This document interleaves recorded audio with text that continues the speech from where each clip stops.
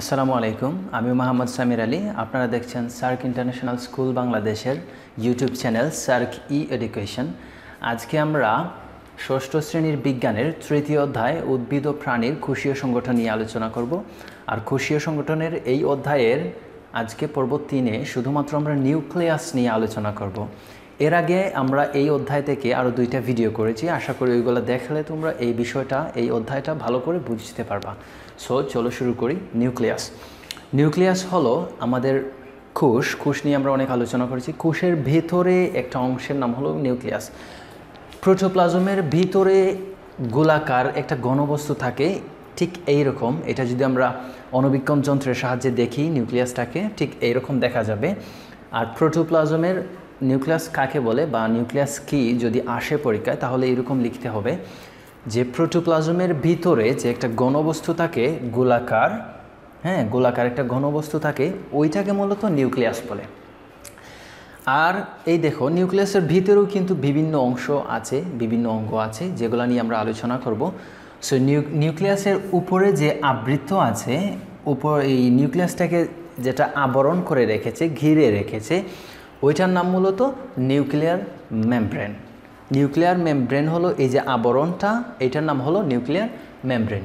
এই নিউক্লিয়ার মেমব্রেনটা মূলত নিউক্লিয়াসকে এই যে প্রোটোপ্লাজম থেকে যে তরল পদার্থগুলো আসা যাওয়া করে বা ওইগুলো চলাচল করতে সাহায্য করে, নিউক্লিয়ার মেমব্রেন। এরপরে দেখো, নিউক্লিয়াসের ভিতরে একটা গোলাকার আছে, ছোটো একটা বিন্দুর মতো আকার, ওইটাকে বলে নিউক্লিওলাস। ঠিক আছে, নিউক্লিওলাসটা একদম একটা বিন্দুর মতো দেখা যাবে, এখানে আমি বড় করে দেখাই দিছি বোঝানোর জন্য। সো ওইটার নাম হলো নিউক্লিওলাস, যেটা ক্রোমাটিন তন্ত্রের সাথে থাকে, যুক্ত অবস্থায় থাকে। এরপরে আসে নিউক্লিওপ্লাজম কি? এই যে তোমার নিউক্লিয়াসের ভিতরে যে তরল পদার্থগুলো আছে, তরল বা স্বচ্ছ পদার্থ, ওইগুলাকে বলে নিউক্লিওপ্লাজম। এরপরে যেটা আসে এটা হলো ক্রোমাটিন তন্তু। ক্রোমাটিন তন্তু মূলত দেখো, এই নিউক্লিয়াসের ভেতরে কিন্তু সুতার মতো কিছু অংশ আছে, এই যে সুতার মতো আঁকানো অবস্থায় আছে, এইগুলা হলো ক্রোমাটিন তন্তু। এই ক্রোমাটিন তন্তুর কাজ হলো মূলত একটা জীবের ওই বৈশিষ্ট্যগুলা, যখন জীবটা তার প্রজনন বৃদ্ধি করে, তখন অন্য প্রজন্মে জীবটার ওই বৈশিষ্ট্যটা ওই ক্রোমাটিন তন্তুর দ্বারা ওইখানে বজায় রাখা হয়। ঠিক আছে, ক্রোমাটিন তন্তু সবসময় জীবের বৈশিষ্ট্য আরেকটা জীবের মধ্যে দিতে বা প্রদান করতে সহায়তা করে। সো এই ছিল নিউক্লিয়াসের বিভিন্ন অঙ্গ প্রত্যঙ্গ। আজকে এরপরে দেখো আছে জীবদেহে কোষের ভূমিকা। জীবদেহে কোষের ভূমিকা, আমাদের জীবদেহে হতে পারে বা উদ্ভিদের মাঝে কোষটার কি ভূমিকা আছে। প্রথমে যেটা হলো বিভিন্ন ধরনের কলা গঠন। বিভিন্ন ধরনের কলা গঠন হলো এই বিষয়টা, যখন অনেকগুলা কোষ একসাথে একত্রিত হয়ে একই ধরনের কাজ করে, তখন একটা কলা বা টিস্যু তৈরি হয়। ঠিক আছে, ওইটাকে আমরা কলা বলি।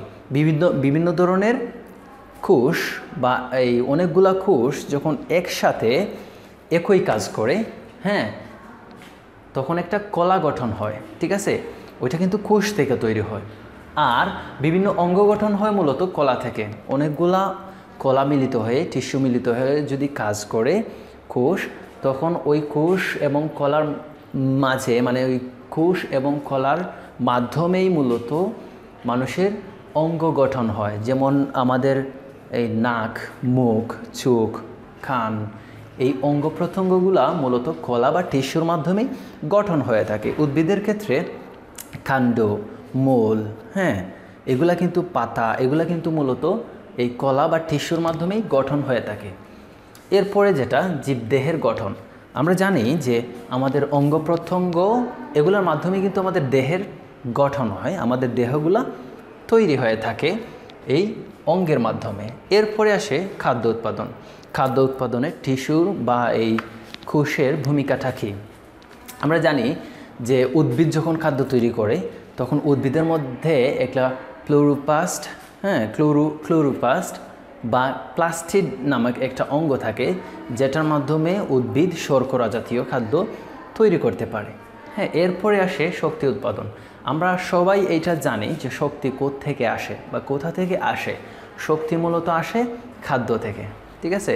একটা জীব বা একটা উদ্ভিদ যখন তার নিজের খাদ্যটা সংগ্রহ করতে পারবে, নিজের খাদ্যটা উৎপাদন করতে পারবে, তখন ওই খাদ্য থেকে সে শক্তি পাবে, সেটা জীব হোক বা উদ্ভিদ হোক।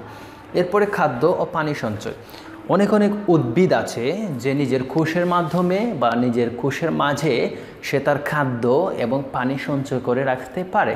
যেমন একটা উদাহরণস্বরূপ বলতে পারি আমরা আলু কিন্তু এমন একটা উদ্ভিদ যেটা তার কোষের মাঝে পানি সঞ্চয় করে রাখতে পারে। যখন তুমি আলুটা কাটবা তখন পরীক্ষা করে দেখতে পারো যে আলুর ভেতরে কিন্তু পানি বের হয়ে আসে। আলু কাটলে তখন দেখা যাবে যে আলুর ভেতর থেকে পানি বের হয়ে আসছে। এটার কারণ কি? এটার কারণ হলো ওই আলুর যে কোষগুলা আছে ওই কোষগুলা পানি সঞ্চয় করে রাখে, এই জন্য মূলত ওই আলু কাটার পরে পানি বের হয়ে আসে। সো খাদ্য ও পানি সঞ্চয় কোষ, অনেক উদ্ভিদের কোষ আছে যেগুলা খাদ্য এবং পানি সঞ্চয় করে রাখে। সো আশা করি এই নিউক্লিয়াস এবং জীবদেহে কোষের ভূমিকাটা কি আশা করি তোমরা বুঝতে পারছো। আজকের ক্লাস এতটুকুই থাক। আর আশা করি তৃতীয় অধ্যায়ের উদ্ভিদ ও প্রাণীর কোষীয় সংগঠন নিয়ে যদি আরও বিস্তারিত আলোচনা তোমরা জানতে চাও, আমাদের এই অধ্যায় নিয়ে আরও 2টা ভিডিও আছে যেখানে আমরা কোষ নিয়ে আলোচনা করেছি এবং উদ্ভিদ কোষ এবং প্রাণী কোষ, এই 2টা কোষ নিয়ে আলাদা করে বিশ্লেষণ করে আমরা ভিডিওটা আছে। তোমরা আশা করি ওই 2টা ভিডিও দেখে নিবা। আগামী ক্লাসের দেখার আমন্ত্রণ জানিয়ে আজকের ক্লাস এখানেই শেষ করছি। আসসালামু আলাইকুম।